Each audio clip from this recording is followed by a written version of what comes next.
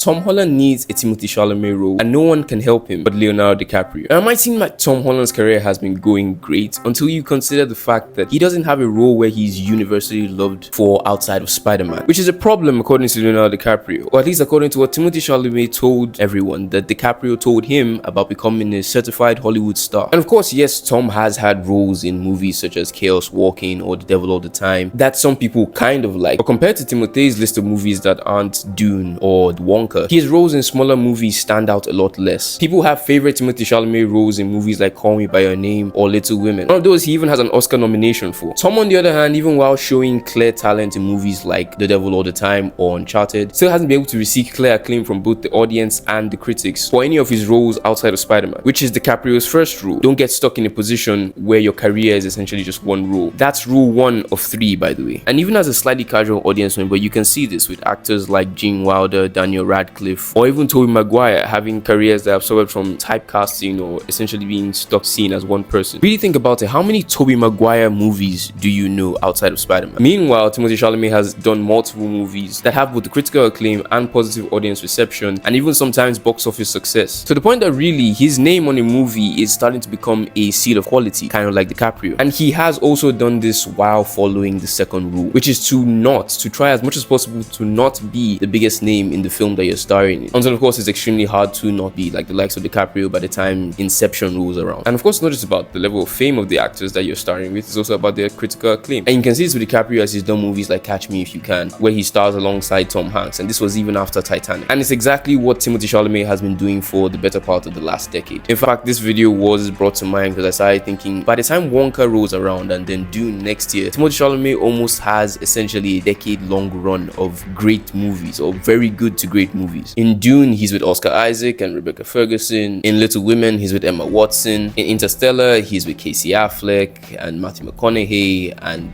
Jessica Chastain and Michael Caine, basically the entire cast of that movie. And that is actually the movie that I look to when I talk about his decade-long run, so essentially from 2014 to 2024. In fact, the only movies I think he's been easily the biggest star are some of his most recent ones, like Bones and All and Wonka. And even Wonka is a bit of a slippery slope because he's right beside industry veterans like Rowan Atkinson, Olivia Colman, Hugh Grant, compared to Tom Holland, where he essentially did that, especially really early on with movies like In the Heart of the Sea, and of course Spider-Man with Join the MCU being like joined the league of some of the biggest actors ever, especially when he joined. But if you look more recently, and by recently I'm past 4 years, everything after Spider-Man Homecoming, he's in lots of movies where those movies are essentially being sold because of his name. Think about movies like Chaos Walking, like Sherry in The Devil All the Time, or The Crowded Room. And of course he is with Robert Pattinson in The Devil All the Time and Mark Wahlberg in Uncharted. But first of all, comparing that to Chalamet, it's definitely not enough. And even worse, those movies suffer from very much breaking the third rule, which is almost too simply put as don't do superhero movies, but more accurately put as sometimes as an actor you have to forget about the money and the fame and go to make something that will actually last, something that has great artistic excellence. And for actors especially, they do this by choosing great scripts and great directors over great IPs and great paychecks. It's something that we've seen even the money gobblers like Tom Cruise do, where they'll choose to work on projects like Magnolia with Paul Thomas Anderson or Eyes Wide Shut with Stanley Kubrick. In fact, he put off working on the next Mission Impossible for about 6 months just to finish working on Eyes Wide Shut with Stanley Kubrick. And that's a movie which people have clowned on him for even being a part of. It's still recognized as a great movie, but Tom Cruise's character in that movie is, well, it's not very Tom Cruise. He's very much playing a bumbling idiot. And Stanley Kubrick unfortunately passed away right before that movie released, so he couldn't even really defend Tom's performance or anything like that. And yet, nevertheless, Tom Cruise can and will say for the rest of his career that he was in a movie directed by Stanley Kubrick, one of the greatest directors of all time. And if names like Stanley Kubrick and Paul Thomas Anderson don't mean very much to you, I understand that, especially if you're not an American cinephile. But names like that are the types that give actors the chance to play roles that will be talked about for decades and maybe even win an Oscar here or there. And that is probably the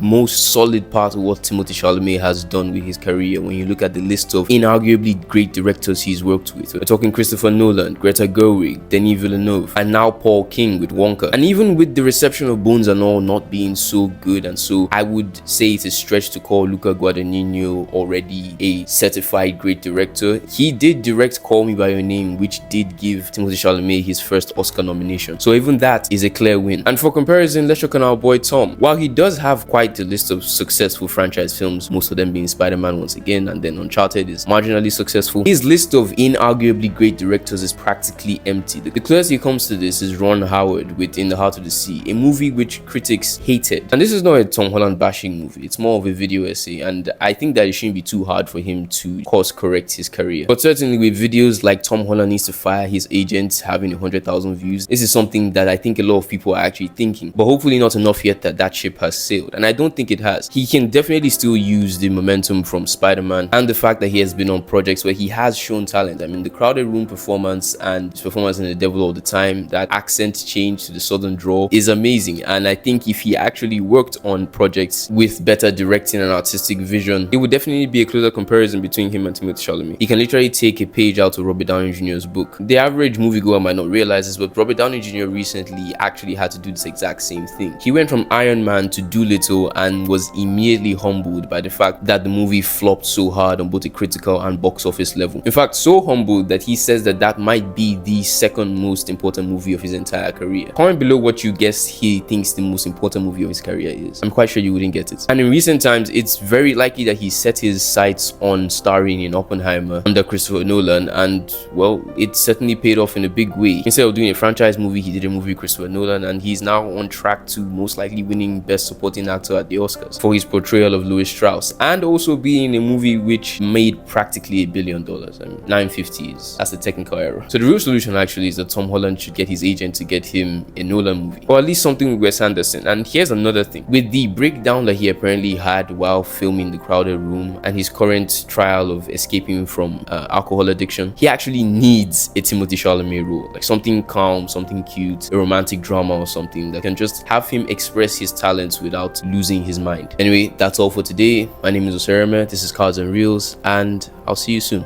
Peace.